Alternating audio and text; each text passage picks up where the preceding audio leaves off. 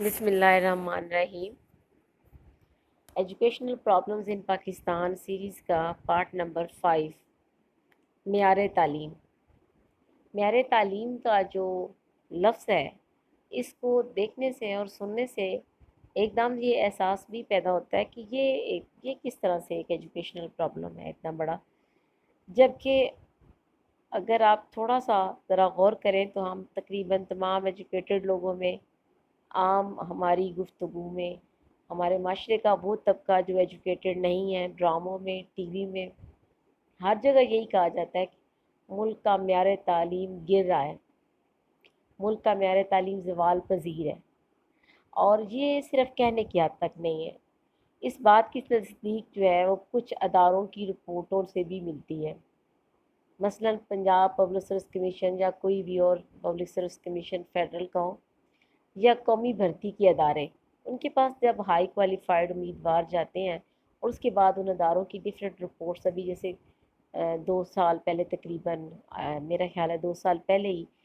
کہا گیا تھا کہ ایم فل کے جو امیدوار تھیسس کر کے آتے ہیں وہ تھیسس انتہائی ناقص کوالٹی کے ہوتے ہیں اور انہیں پتہ ہی نہیں ہوتا کہ انہوں نے اپنے ریسرچ ورک میں کیا لکھا ہوا۔ تو اس طرح کے بڑے بڑے ادارے، ان کی رپورٹوں سے بھی یہی تاثر ملتا ہے کہ معیار تعلیم جو ہے وہ گر رہا ہے۔ اس کانسیپٹ کو سمجھنا تھوڑی سی توجہ طلب بات ہے۔ جتنے بھی ہم نے پرابلمس پہلے ڈسکس کیے ہیں، ان کو سمجھنا، ان کا سمجھانا نسبتاً تھوڑا آسان ہے۔ اس کانسیپٹ کے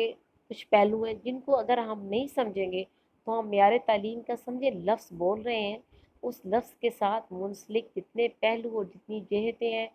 جتنے اس کا ڈایامیٹر، اس کو ہم بالکل نہیں سمجھ پا رہے ہیں۔ ہمیں پہلے تو یہ دیکھنا ہے کہ کیا واقعی ہمارا معیار تعلیم پہلے کی نسبت گر گیا ہے یا صورتحال اس کی بالکل برعکس ہے۔ ہم معیار تعلیم سے کیا مراد دیتے ہیں، اس کو کس طرح سے جانچا جا سکتا ہے، اس پر کون سے عوامل اثر انداز ہوتے ہیں۔ کیا امتحان کے نتیجے میں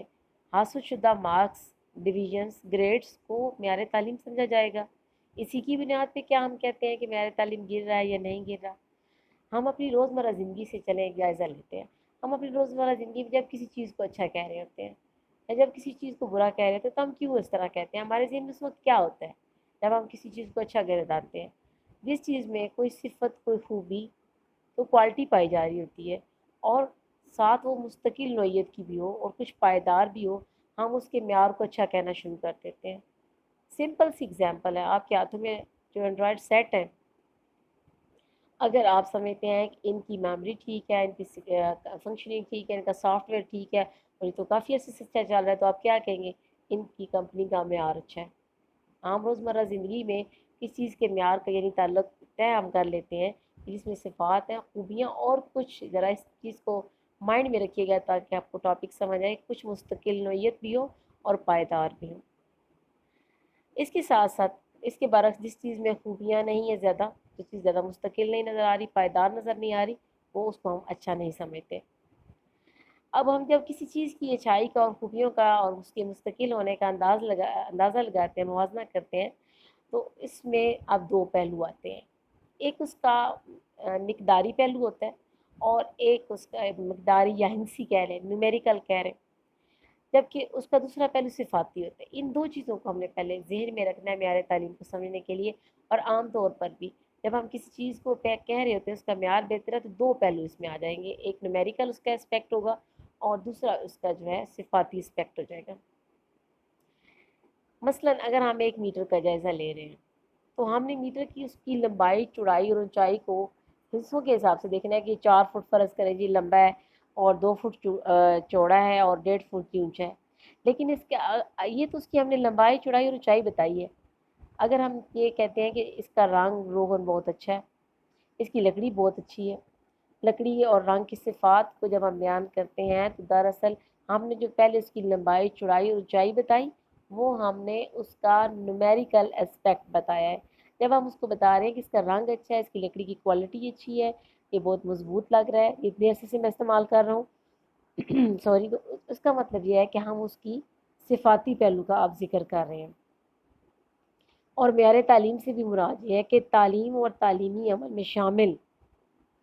تمام عناصر کی خوبیوں اور صفات کی تعداد اور ان کی پائیداری کا ایک ایسے موازنے کا نام ہے جو کم از کم ایک طے شدہ ہنسی یا صفاتی سطح سے کیا جا سکتا ہے۔ اس کو تھوڑا سا آسان کرتی ہوں میں سمجھانے کے لیے کہ معیار تعلیم ایک کسوٹی ہم نے مان لیا، اس میں طلبہ کی اب ہم نے استعداد کا اور ان کی اکتساب کا کس حد تک اضافہ ہوا اس کا ہم نے جائزہ لینا ہے۔ یعنی جب ہم اپنے طلبہ اور اساتذہ کی قابلیت اور ان کی مہارت، ان کی صلاحیت، ان کے اکتساب کا نمبروں میں، پرسنٹیج میں یا ایوریج نکالتے ہیں اور ہندسی انداز میں لکھتے ہیں یا ڈویژن دیتے ہیں یا گریڈز میں مینشن کرتے ہیں اور گریڈ کے لحاظ سے صفاتی انداز میں موجود پہلے سے کسی گریڈ کے ساتھ نمبروں کے ساتھ کمپیریزن کر کے اچھا یا برا کہتے ہیں، تو دراصل ہم معیار تعلیم ہی کی بات کر رہے ہوتے ہیں، مگر صرف ایک ہندسی پہلو کو ذہن میں رکھ کر۔ اب ہم کہتے ہیں کہ اس سال کالج کا رزلٹ گر گیا ہے،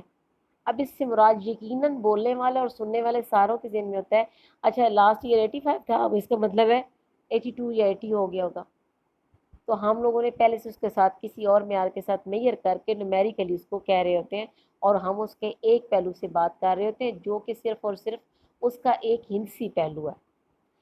اسی طرح ہم طلبہ کی حاصل کردہ انفرادی اور اجتماعی نمبروں، ان کی ایوریج، ان کی پرسنٹیج، پھر ان کے ڈیفرنٹ سبجیکٹس کے مارکس کیا ہوتے ہیں، پھر اس کی بنیاد پہ اسکولوں کا رزلٹ اور پھر اساتذہ کا پرسنلی ایک استاد کا اس کے سبجیکٹ کا رزلٹ، اور اس کا جب ہم سارا جائزہ لیتے ہیں دراصل یہ سارے کا سارا کام ہم انسی یا ادبی پہلو کی بنیاد پر کر رہے ہیں اور اسی کی بنیاد پہ ہم معیار تعلیم کی باتیں بیٹھ کے کرتے ہیں اور اسی کی بنیاد پر ہمارے میڈیا کے اوپر بیٹھ کر لوگ باتیں کر رہے ہوتے ہیں، لیکن وہ ادھوری بات ہے۔ نظریاتی لحاظ سے صرف ہم ایک پہلو کو ڈسکس کر رہے ہیں، دوسرا پہلو جو ہے وہ نظر انداز کیا جا رہا ہے۔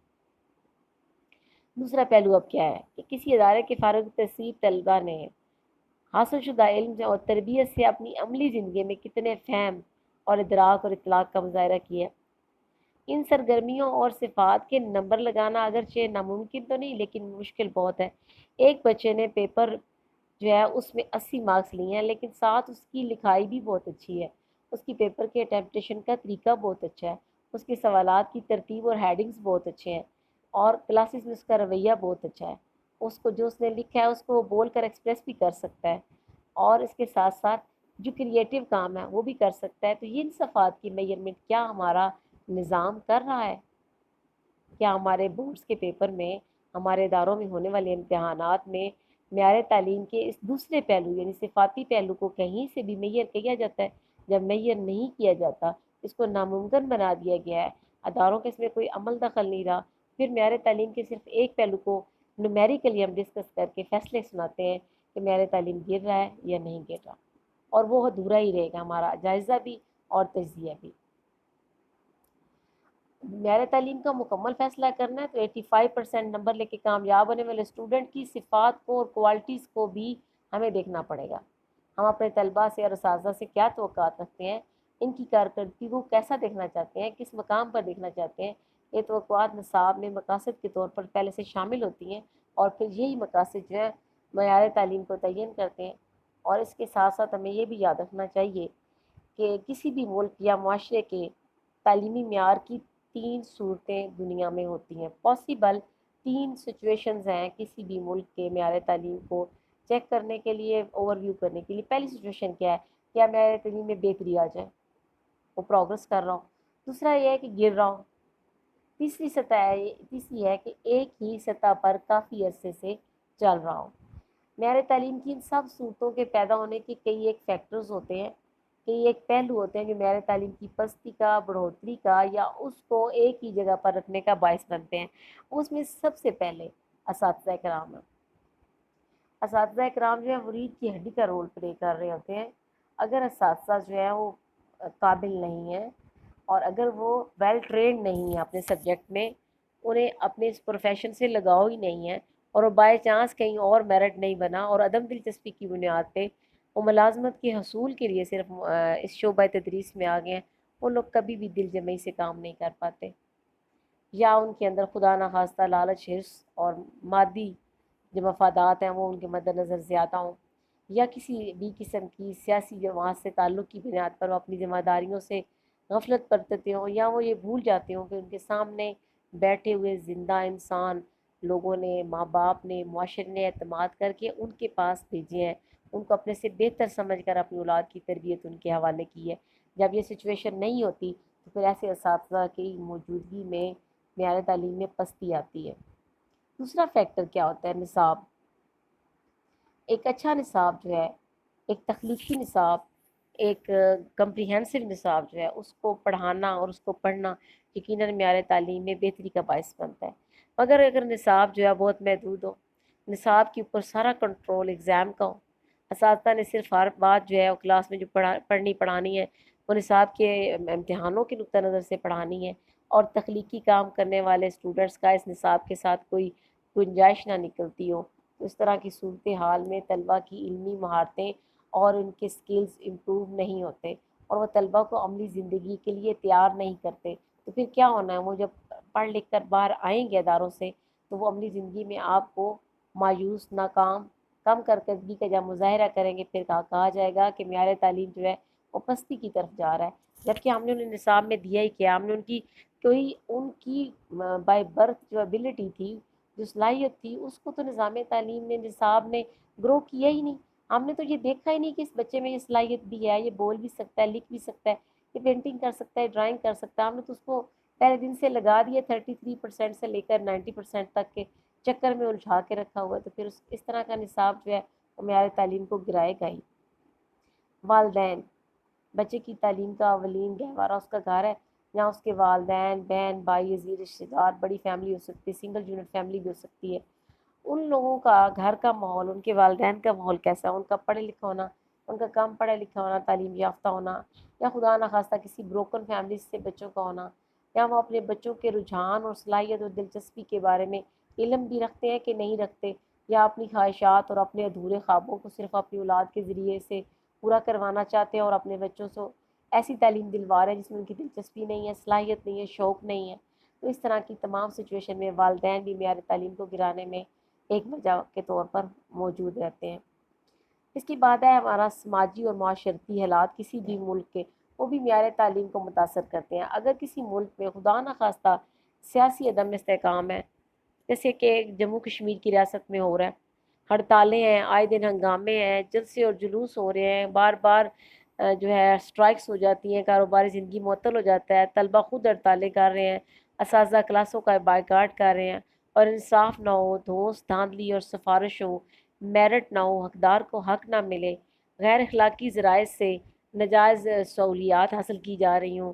اور ملک میں جس کی لاٹھی اس کی بھینس کا رواج عام ہو، تو پھر اسٹوڈنٹس اور ٹیچرز کی توجہ تعلیم پر نہیں رہتی، طلبہ ناجائز ذرائع پر بھروسہ کرتے ہیں اور اساتذہ مالی منفعت پر۔ تعلیمی نظام کے اصول و ضوابط سے ان کا پھر یقین اٹھ جاتا ہے، وہ دیکھ رہے ہوتے ہیں کہ عملی طور پر کچھ اور ہے، یہ تو صرف کتابوں کی باتیں ہیں جی، باہر عملی دنیا میں کچھ اور ہوتا ہے۔ تو پھر یہ مایوسی جو ہے وہ معیار تعلیم کی کمی اور زوال کا باعث بن جاتی ہے۔ ایک اور بہت بڑی اور وجہ جو ہے وہ ہے ملک کے اقتصادی حالات۔ کسی بھی ملک کے اقتصادی حالات براہ راست تعلیم کے معیار کو متاثر کرتے ہیں۔ تعلیمی اداروں کی اچھی کارکردگی میں ٹیچرز اور اسٹوڈنٹس کے علاوہ تعلیمی سہولتوں کا بھی بڑا اہم کردار ہے۔ اگر کسی ادارے میں بچوں کے پاس پینے کے لیے صاف پانی نہیں ہے، بجلی نہیں ہے، چار دیواری نہیں ہے، اور یہ چار دیواری نہیں والی بات جو ہے یہ کوئی مافوق الفطرت بات نہیں ہے، ہم میں سے ہر کسی نے اس طرح کے اسکول دیکھ رکھے ہیں، ہر ایک کی لوکیلٹی میں ایسے اسکول موجود ہیں جہاں پر ایک دو کمرے ہیں اور ارد گرد چار دیواری نام کی کوئی چیز نہیں ہے، کمروں کی موزوں اور مناسب سہولتیں دستیاب نہیں ہیں، بیٹھنے کی سہولتیں نہیں ہیں، حتیٰ کہ ایک ہی کمرے میں اسٹوڈنٹس کے بیٹھنے کی تعداد جو ہے وہ خوفناک حد تک زیادہ ہے۔ میں کسی اور کی کیا بات کرنی، میری اپنی کلاس میں جب اسٹوڈنٹس ہوتے ہیں مور دین 250، تو یقین کریں کمرے کا ٹیمپریچر اور باہر سے گزرتے ہوئے برآمدے کا ٹیمپریچر میں زمین اور آسمان کا فرق آ جاتا ہے۔ کلاس میں بیٹھنے کی جگہ نہیں، لائبریریاں جو ہیں ان میں کتابیں موجود ہیں اور ان کا بڑا اچھا ریکارڈ مینٹین کیا جاتا ہے، مگر اسٹوڈنٹس کو نہیں دی جاتی۔ لیبارٹریاں تو ہیں مگر وہاں پہ پریکٹیکل نہیں ہوتا، یا وہ اگر پریکٹیکل کروانا چاہ رہے ہیں تو عملہ نہیں ہے تو سامان نہیں ہے، کیمیکلز نہیں ہیں۔ اس طرح کی تمام فزیکل فیسلٹیز اور ایجوکیشنل فیسلٹیز کے عدم موجودگی میں جو ہے وہ تعلیمی معیار گرتا ہے، اور اس کی وجہ یہ ہوتی ہے کہ حکومت کی طرف سے فنڈز نہیں ہیں، اور حکومت کی اپنی معاشی پالیسیاں کمزور ہوتی ہیں، اور معاشی حالات پاکستان کے تو آپ سب کے سامنے ہیں۔ اس کے بعد ایک اور بہت بڑی ریزن ہے، وہ ہے انفرادی اختلاف اور